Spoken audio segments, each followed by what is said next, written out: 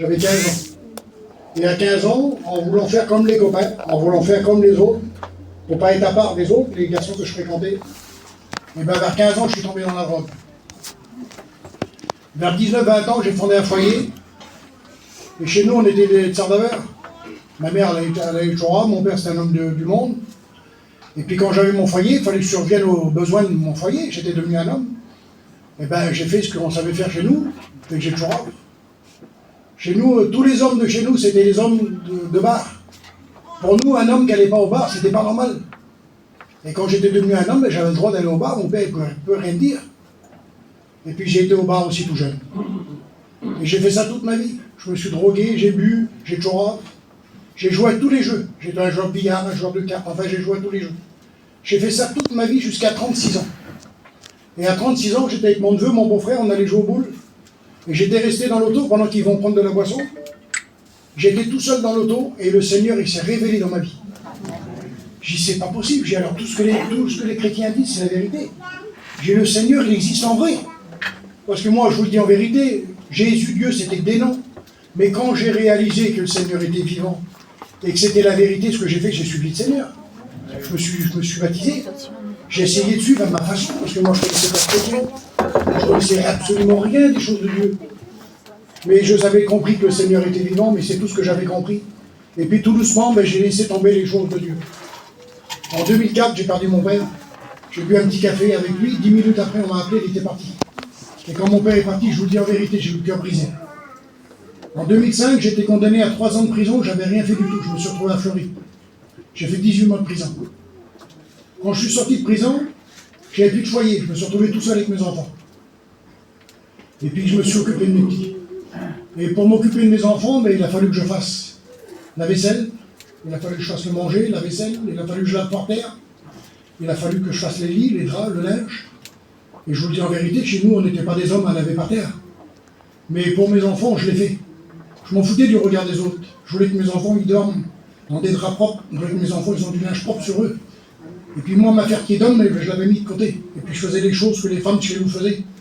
Et puis je savais que les gens parlaient. Et puis je passais... Je ne peux pas vous dire ce que ça faisait, que les gens puissent me parler de moi de cette façon. Et puis je buvais toujours et je fumais toujours cette drogue-là. Et quand j'avais fini ma journée, je buvais. Et puis plus je buvais, plus j'étais saoul et plus j'étais malheureux. À jeun, j'étais pas malheureux, mais quand j'étais saoul, je ne peux même pas vous expliquer. Je passais des nuits entières à pleurer. Et ça a duré longtemps comme ça. Et puis après, j'étais harcelé par la voix de l'ennemi. Parce que le Seigneur, il existe et l'ennemi, il existe. Et l'ennemi, il s'est servi de la vérité. Il me disait, Boudou, regarde ta vie, t'as plus de vie. T'as plus de père, t'as plus de foyer, t'avais le Seigneur, tu l'as loupé. Meurs donc. Tu vas pas continuer à faire le linge comme ça devant tout le monde, il lâche. Il dit, meurs, tu seras débarrassé. Et puis j'ai écouté l'ennemi. Et je me suis dit dans mon cœur, oui, c'est vrai, si je serais mort, je serais débarrassé, j'avais plus de vie. J'avais plus de sens de vie. Mais pour ma mère, pour mes enfants, je ne pouvais pas me tuer. Alors je ne savais plus quoi faire. Alors comme je vous ai dit, nous on était des hommes on était des buveurs. Eh bien je me suis mis à boire, Seigneur, que je ne peux pas vous expliquer. Je ne touchais plus un verre d'eau. C'était que de l'alcool en permanence. Je prenais 1 cuite, 2 cuites par jour. Dès que j'étais réveillé, c'était de la boisson. C'était que de la boisson. Les cigarettes et la drogue, je ne veux même pas vous en parler. Et ça a duré pendant 2 ans et demi comme ça. 2 ans et demi à pleurer des nuits entières, et puis dire quoi à qui? Te confier à qui? Qui c'est qui aurait pu faire quelque chose? Personne. Et je ne savais plus quoi faire. Et je me suis réveillé un matin, sous, et je me suis dit, ça ne peut pas continuer comme ça. Parce que comme ça, je ne pourrai pas mourir. Alors, ce que je vais faire, je vais prendre de la cocaïne. Et si j'en prends plein, mon cœur, il va lâcher, ou je vais faire une overdose. Et je me suis enfermé dans la cocaïne. Quelque que je n'avais pas fait là. Cette drogue-là, je ne pouvais plus m'en débarrasser. Avec cette drogue, j'étais devenu insolent. L'alcool ne me faisait plus rien du tout. Avec cette drogue-là, je ne mangeais plus rien du tout. J'ai resté des années sans manger. J'ai tellement pris de cocaïne que j'ai été tombé à 50 kilos. Ça a duré pendant 2 ans et demi comme ça. Et je ne peux pas vous expliquer. Et je ne pouvais dire quoi à personne. Je ne savais plus comment faire. Je ne savais plus quoi faire de ma vie. Et puis bref, pour couper plus court, j'avais un mobil-homme sur le terrain de mes parents. J'étais dans ma chambre, j'avais mon plateau de drogue dans la chambre, là, comme d'habitude, les bouteilles dans la chambre. Et j'allais fumer. Et j'entrebâillais mon carreau pour fumer. Et quand j'ouvre le carreau, là, je l'ouvre là, je vois passer ma petite mère. Et quand j'ai vu passer ma mère, j'ai réalisé. Je me suis dit dans mon cœur, Zinda, ma mère, combien de chagrin, combien de soucis qu'elle pouvait avoir pour moi. Combien de fois qu'elle a dit à ma petite sœur, Nathalie, va voir si des fois ton petit frère il serait pas mort dans le camping d'avant, on ne sait pas. Et personne ne pouvait rien faire pour moi, mais j'ai pensé à elle. Je me suis dit, Zinda, il y a 4 jours qu'elle ne m'a pas vu, j'étais dans le terrain. Il y a 4 jours qu'elle ne m'avait pas vu. Je me suis dit, je vais me lever, puis je vais aller manger avec elle. Et je me suis levé, j'ai traîné un peu dans le terrain, puis elle a mangé à 6 h du soir, je suis rentré dans la maison. J'ai resté 5 minutes dans la maison. Et je suis ressorti. J'avais plus faim. Ça faisait des années que je ne mangeais plus.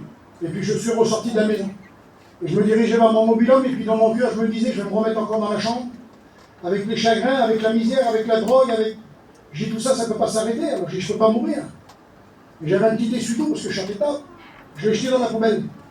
Et il est tombé par terre. Vous savez que je me suis abaissé pour reprendre ce petit papier et le remettre dans la poubelle. Mais quand je ramasse ce petit papier dans mon cœur, je me suis dit, si seulement le Seigneur il pourrait faire quelque chose pour moi. Parce que le diable, il a pu me faire croire tout ce qu'il voulait. Mais il ne pouvait pas me dire que le Seigneur n'existait pas, je savais que le Seigneur était vivant. Mais pour moi, dans mon cœur, je ne méritais plus. Mais je me suis dit, si seulement lui pourrait faire quelque chose pour moi. Et puis j'ai été me coucher, je me suis mis dans ma chambre. Et une demi-heure après, on a frappé à ma porte. Un copain à moi a frappé à ma porte, il me dit, Boudou, t'es là? J'étais enfermé dans la chambre, je dis, oui, je suis là. Ben, il dit, mon frère, il est venu te voir, et le Seigneur l'a envoyé chez toi, c'est un pasteur, c'est Néné. Il dit, est-ce qu'il peut venir te voir? Ben, j'ai dit, oui, bien sûr. Je savais qu'il est parti chercher son frère. Et comme j'étais couché, je me suis levé vite. Et puis je sors de ma chambre. Mais à l'instant même que je sors de ma chambre, l'homme il rentre chez moi. Et quand le pasteur il rentre, toute ma vie je me rappellerai les mots qui sont sortis de sa bouche. Il a dit Dieu l'état qu'il est le garçon.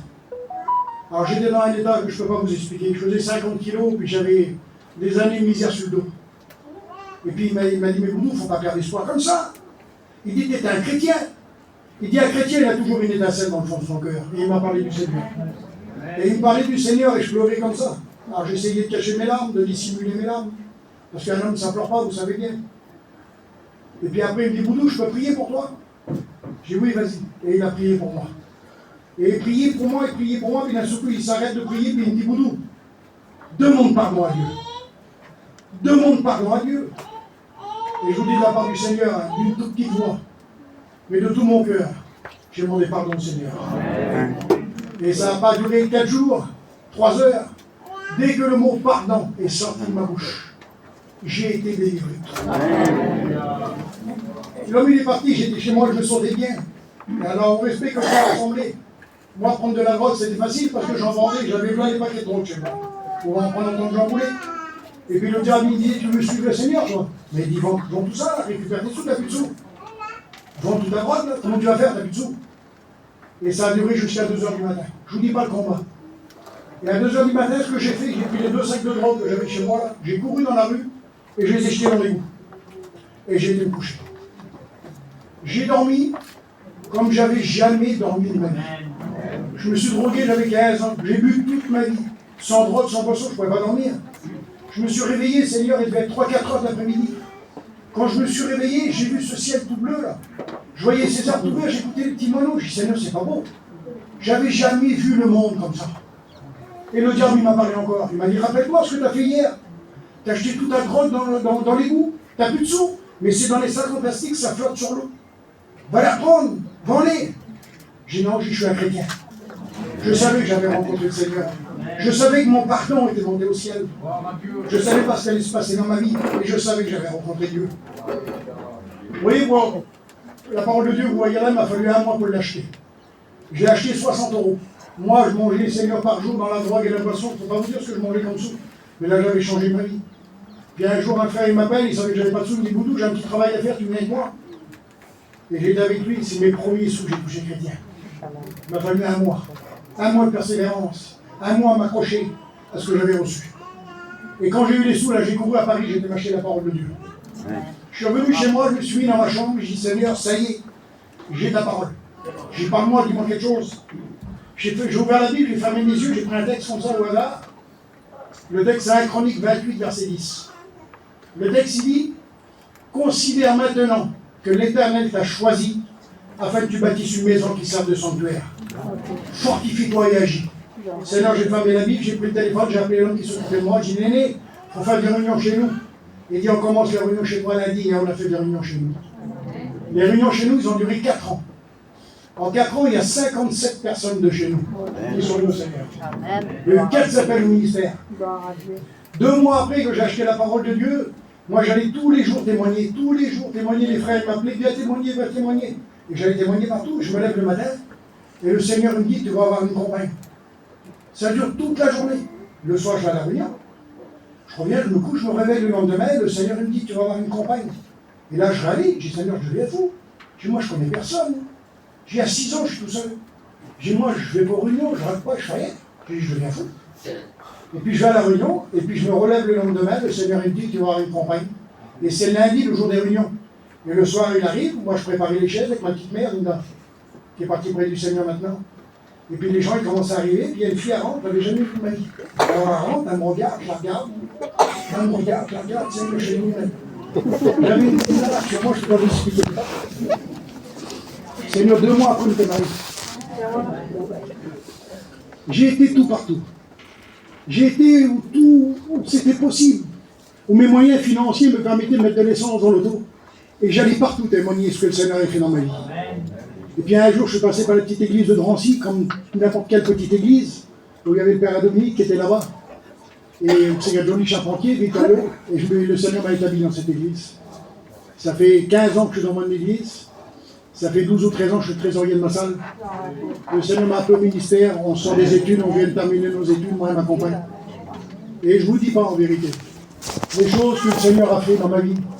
Parce qu'il y a des choses qu'on peut expliquer, il y a des choses qui sont inexplicables. Mais ce que je peux vous dire, c'est que sur une seule pensée. Une pensée. Vous savez, voilà, je n'ai pas fait grand-chose, mais j'ai pensé à Dieu. J'ai compris qu'avec lui, qu'il pouvait diriger ma vie. J'ai compris que moi, que j'ai toujours voulu faire, vous savez, j'ai été toujours rare, j'ai tout fait pour voir être vu des autres. J'avais jamais compris que moi j'avais des besoins dans ma vie et que le seul qui pouvait combler mes besoins, c'était le Seigneur Jésus. Voilà, je vais vous chanter un petit cantique.